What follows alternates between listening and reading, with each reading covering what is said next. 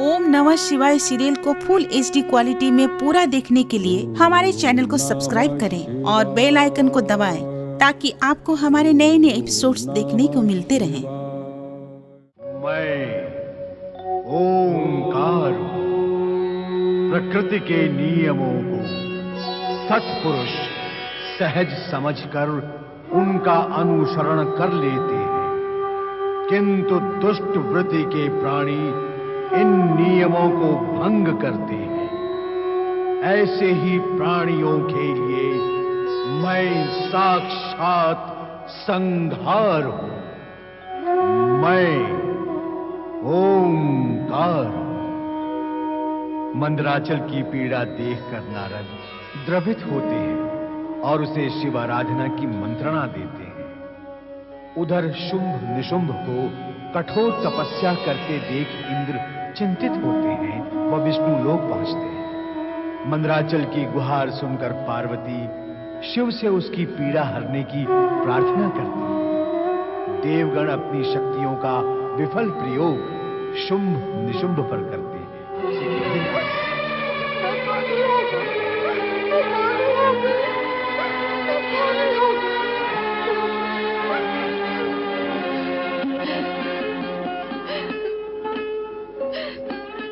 भोलेनाथ ने मेरे साथ ऐसा क्रूर, ऐसा कठोर व्यवहार क्यों किया? क्या आवश्यकता थी इसकी? यदि विष का प्रभाव पड़ना ही था तो उनके तन पर क्यों नहीं पड़ा? विष ने केवल मेरे ही तन को प्रभावित क्यों किया? क्या भोलेनाथ मुझे यहाँ अपमानित करने के लिए लाए थे? अब मैं किसी को क्या मुंह दिखाऊंगी? पार्वती, तुम ये क्या सोचने लगी? वही जिसे सोचने के लिए आपने मुझे बाध्य किया है। नहीं, मैंने तुम्हें बाध्य नहीं किया है। यह सोच तो तुम्हारे नारी सुलभ क्षोभ का परिणाम है। तुम बार बार ये क्यों भूल जाती कि तुम साक्षात शक्ति का अवतार हो? तुम्हारे इस रूप परिवर्तन के पीछे भी शिव शक्ति का कोई विशेष उद्देश्य ही है। और फिर इस सत्य को भी तो समझो कि तुम्हारे इस रूप परिवर्तन से तुम्हारे तेज और सौंदर्य में किसी प्रकार की कमी नहीं आई। इसलिए तुम व्यर्थ ही अपने मन को दुखी न करो देवी। इधर देखो देवी, हमारी ओर। तुम्हारा क्रोध अकारण है देवी। स्थिति को समझने का प्रयास करो।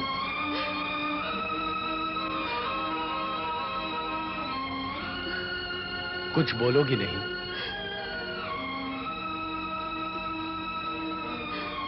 तुम्हारे मौन में शांति नहीं, असंतोष है, और असंतोष मन को कलुषित करता है। इसलिए आवश्यक है कि तुम कुछ बोलो।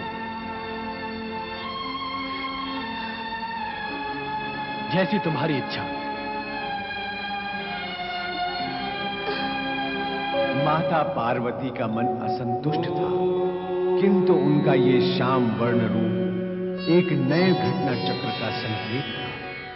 इस सत्य से वे अनभिज्ञ थी।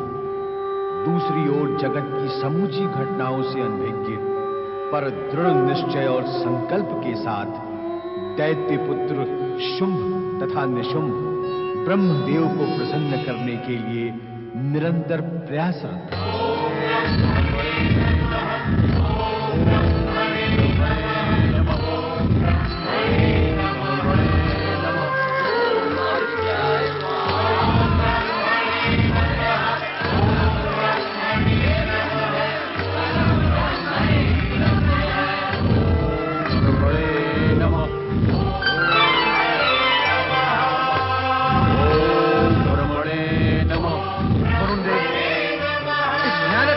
शमन करें।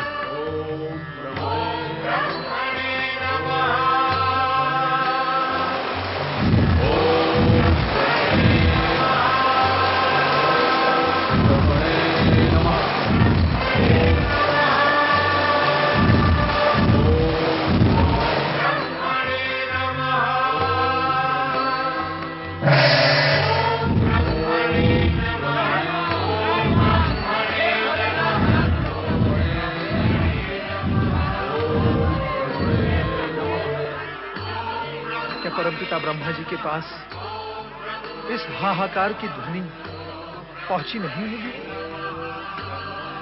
हे प्रभु, क्या गति होगी उन वन प्रदेश के प्राणियों की? इस भीषण ज्वाला से उनकी रक्षा करें।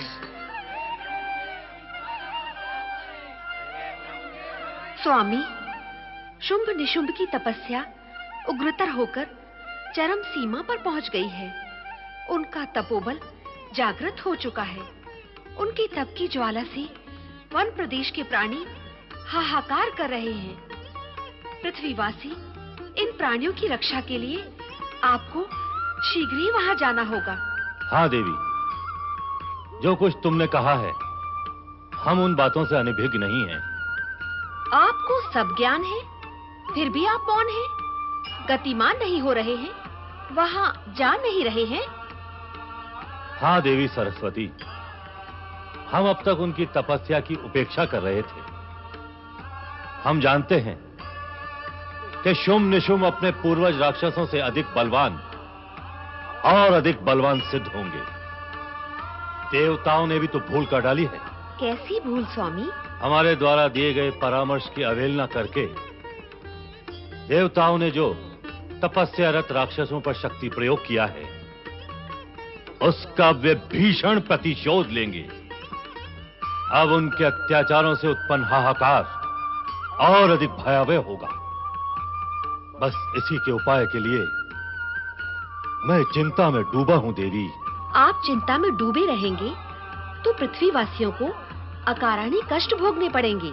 नहीं देवी, हमें पृथ्वीवासियों की उनके कष्टों से रक्षा करनी ही होगी। इस समय तो शुंभ निशुंभ को मनचाहा वरदान देकर हमें उनकी तप की ज्वाला को शांत करना होगा।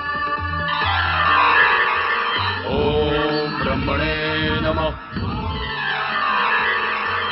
ओम ब्रह्मणे नमः। ओम ब्रह्मणे नमः।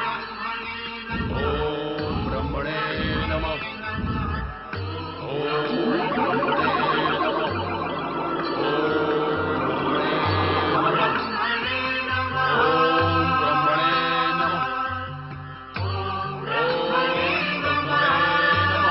शुंभ। ओम ब्रह्मणे नमः। ओम ब्रह्मणे नमः। ओम निशुंभ। ब्रह्मणे।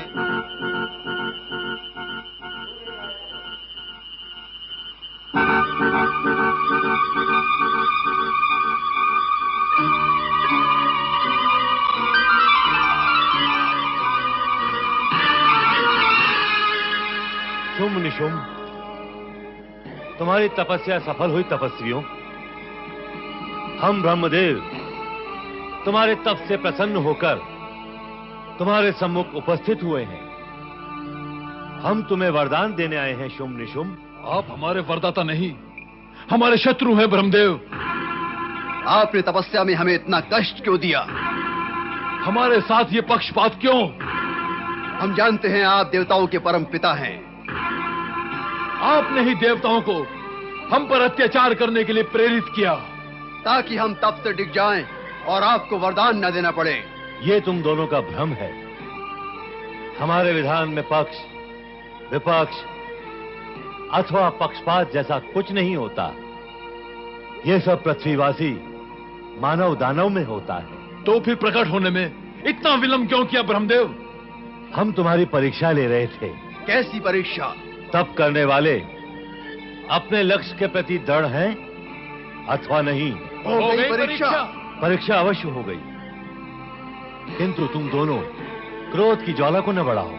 अब हमें वरदान दो ब्रह्मदेव। वरदान देने से क्रोध की ज्वाला अपने आप शांत हो जाएगी ब्रह्मदेव।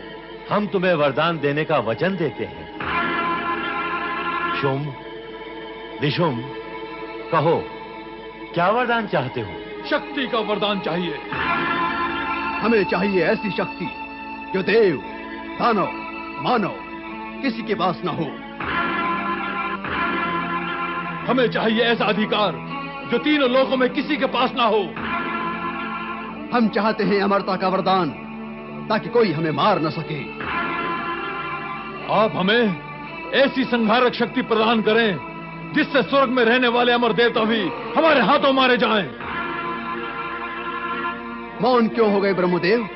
तुम दोनों ने एक साथ इतने सारे वरदान मांग लिए हैं जिनका देना हमारे लिए संभव है ही नहीं। हम तुम्हें केवल एक वरदान देने के लिए यहां आए हैं और एक ही वरदान दे सकते हैं। इसलिए तुम दोनों एक साथ विचार करके कोई एक वरदान मांग सकते हो। नहीं, हमें सभी वरदान एक साथ चाहिए ब्रह्मदेव। और जब तक हमें ये वरदान नहीं मिलेंगे हमारी इच्छाएं अधूरी रहेंगी। शुंभ निशुंभ, हम तुम्हें अपार शक्ति का वरदान दे सकते हैं, परंतु अमरता का वरदान देना हमारे वश में भी नहीं है। क्यों? क्योंकि जन्म लेने वाले का मरण निश्चित है। हां, एक उपाय है। शीघ्र कहें वो उपाय ब्रह्मदेव। तुम अपने मरण को कठिन बनाने के लिए मारने वाले का चुनाव कर सकते हो। अपने मारने वाले का चुनाव हम करें? हमें मारने वाले को हम नहीं मार डालेंगे। तुम दोनों बुद्धि का उपयोग करो। यद्यपि हम जानते हैं कि असुरों के पास अधिक बुद्धि नहीं होती, फिर भी जितनी है उसका तो उपयोग करो। मरण तो निश्चित है, क्योंकि तुम दोनों असुर हो, इसलिए तुम्हारी स्वाभाविक मृत्यु नहीं होगी। अवश्य तुम किसी पुण्यात्मा शत्रु के द्वारा मारे जाओगे। मारे जाएंगे? तो फिर आपका वरदान क्या करेगा ब्रह्मदेव? इतना कठोर तप क्या हमने मारे जाने के लिए किया है?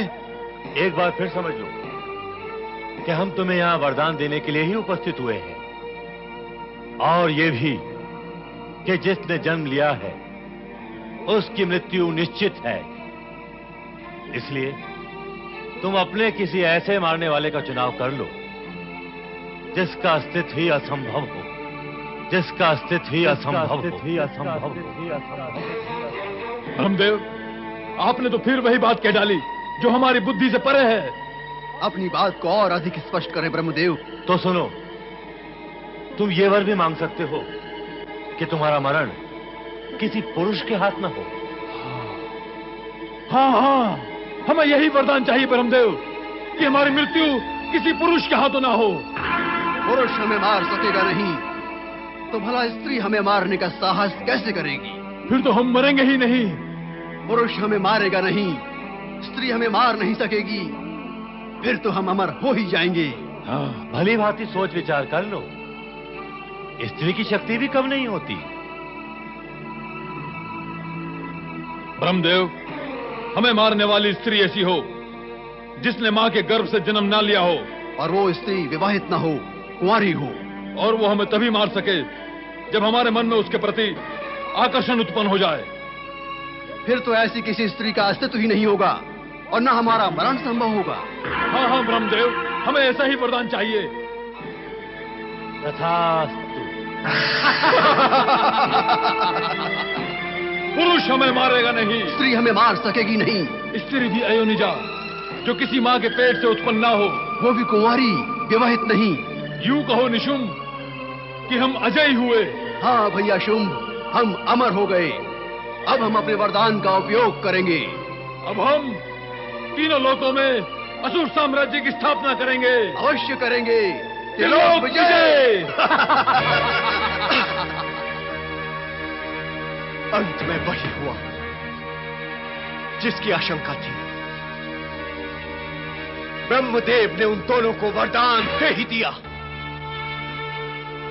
अब स्वर्ग सुरक्षित नहीं है देवगण, अब स्वर्ग सुरक्षित नहीं है। देवराज, अब तो हमें अविलंब स्वर्ग पहुंचकर उसकी सुरक्षा का प्रबंध करना होगा। वो तो हम करेंगे ही वरुण देव, किंतु चिंता का विषय ये है कि ये वरदान पाकर इन दुष्ट राक्षसों की शक्ति और अधिक बढ़ गई है। ऐसी स्थिति में स्वर्ग की सुरक्षा का प्रबंध करने पर भी क्या हम उसे सुरक्षित रख सकेंगे? नहीं वरुण देव, बहुत कठिन है, बहुत कठिन है।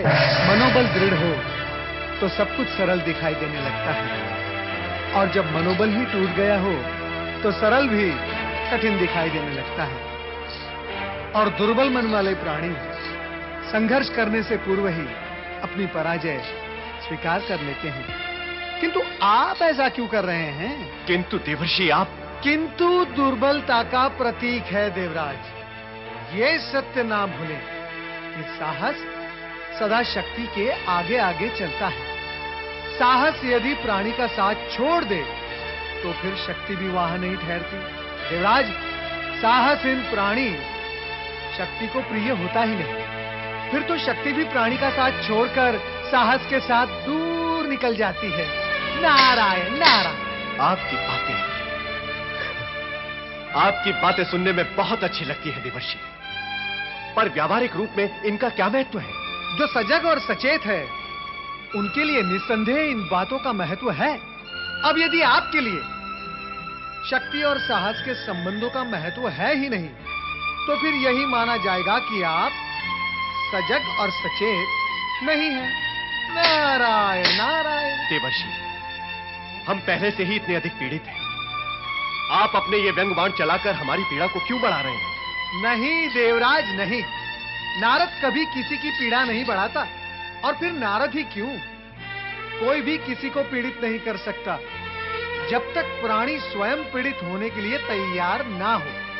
सत्य तो यही है देवराज कि प्राणी की दुर्बलता ही उसकी पीड़ा को पाल पोसकर उसका आकार प्रकार बढ़ाती है। वैसे मैं तो आपको केवल मार्गदर्शन और परामर्श देने का इच्छुक हूं। हमें आपसे यही अपेक्षा थी देवर्षि। बताइए हमारे लिए क्या परामर्श है? इस समय मैं केवल इतना कह सकता हूं कि आप साहस का साथ ना छोड़ें और सहायता के लिए ब्रह्मा विष्णु के पास भागे भागे न जाएं। देवर्षि परामर्श देकर चले, किंतु हमारी समस्या का समाधान तो हुआ ही नहीं। हे भोलेनाथ, समझ में नहीं आता कि अब हम क्या करें। ओम नमः शिवाय।